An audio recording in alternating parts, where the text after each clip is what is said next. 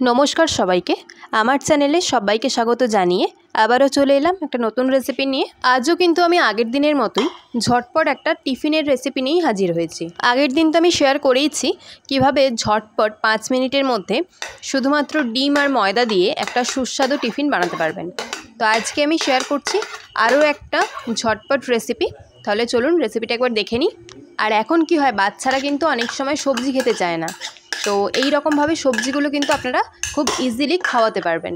তার জন্য আমি প্রথমেই একটা বাটি নিয়ে নিয়েছি।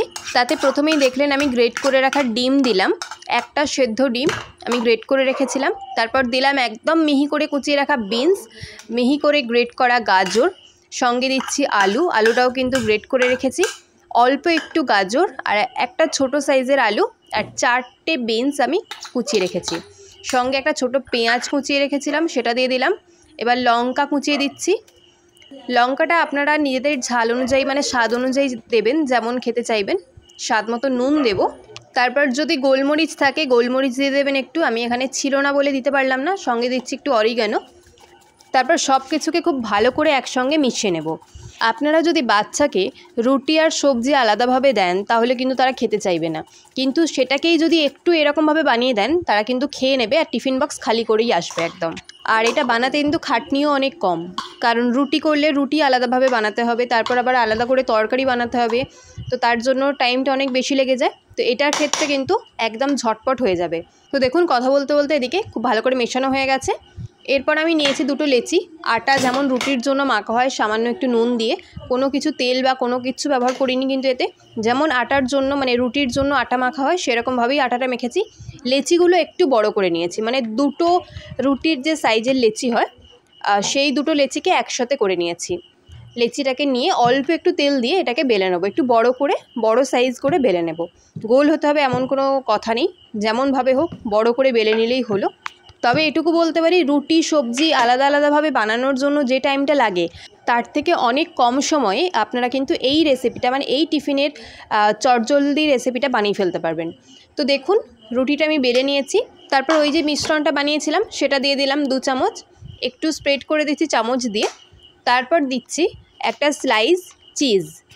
আমি আমুলের স্লাইস চিজটা নিয়েছি। আপনাদের কাছে যদি কিউব থাকে তাহলে গ্রেট করে দিতে পারেন, কোনো অসুবিধা নেই।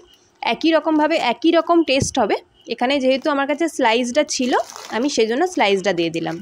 আর একটা কথা বলি, যদি আপনাদের কাছে চিজ না থাকে তাহলেও অসুবিধা কিছু নেই, আপনারা কিন্তু এমনিও বানাতে পারেন। তো চিজটা দিয়ে দিলাম, স্লাইস চিজটা দিয়ে দিলাম। দিয়ে এরপর রুটির যে ধারগুলো অল্প অল্প করে জল লাগিয়ে দিলাম, যাতে ভাজার সময় এটা কোনোভাবে খুলে না যায়।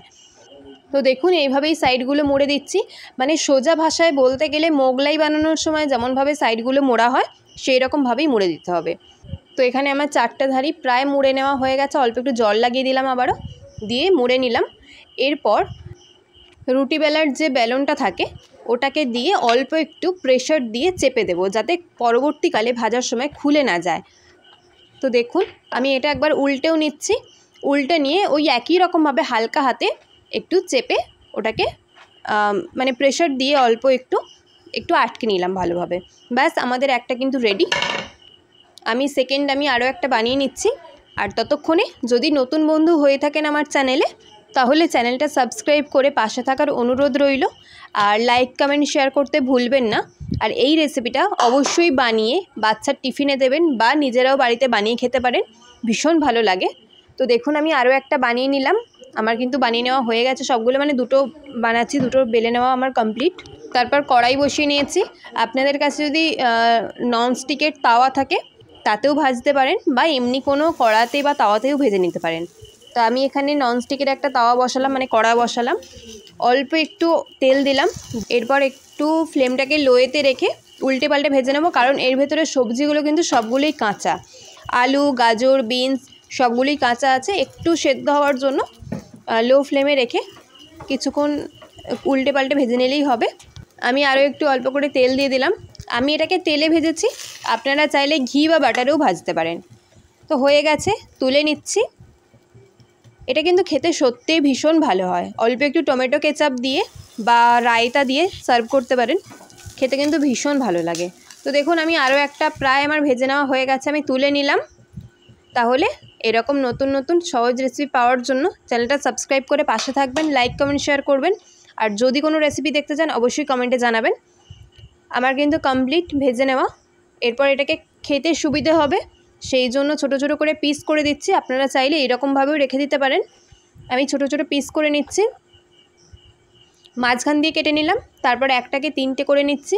আপনারা যেমন ইচ্ছা সেরকমভাবে খেতে পারেন। এটাকে আপনারা রায়তা বা টমেটো কেচাপ দিয়ে সার্ভ করুন, খেতে কিন্তু ভীষণ ভালো লাগে। আর চিজটা এতটাই ভালো মেল্ট হয়ে গেছে, পুরো একদম বেরিয়ে যাচ্ছে চিজটা। তাহলে দেখতেই পেলেন কতটা কম সময়ে কতটা সহজে ঝটপট একটা টিফিন বানিয়ে ফেলতে পারবেন। আর এখানে আমি আটা দিয়ে করেছি, আপনারা চাইলে এটাকে ময়দা দিয়েও করতে পারেন, সেটাও ভালো হয়। তাহলে আজকের মতো শেষ করছি, আবার দেখা হবে অন্য কোনো রেসিপির সঙ্গে।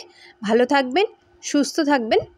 তো দেখুন আমি একটা দেখিয়ে দিচ্ছি, আর এটা খেতে যতটা টেস্টি হয় আর ঠিক ততটাই নরমও থাকে। তাহলে আজকের মতো টাটা।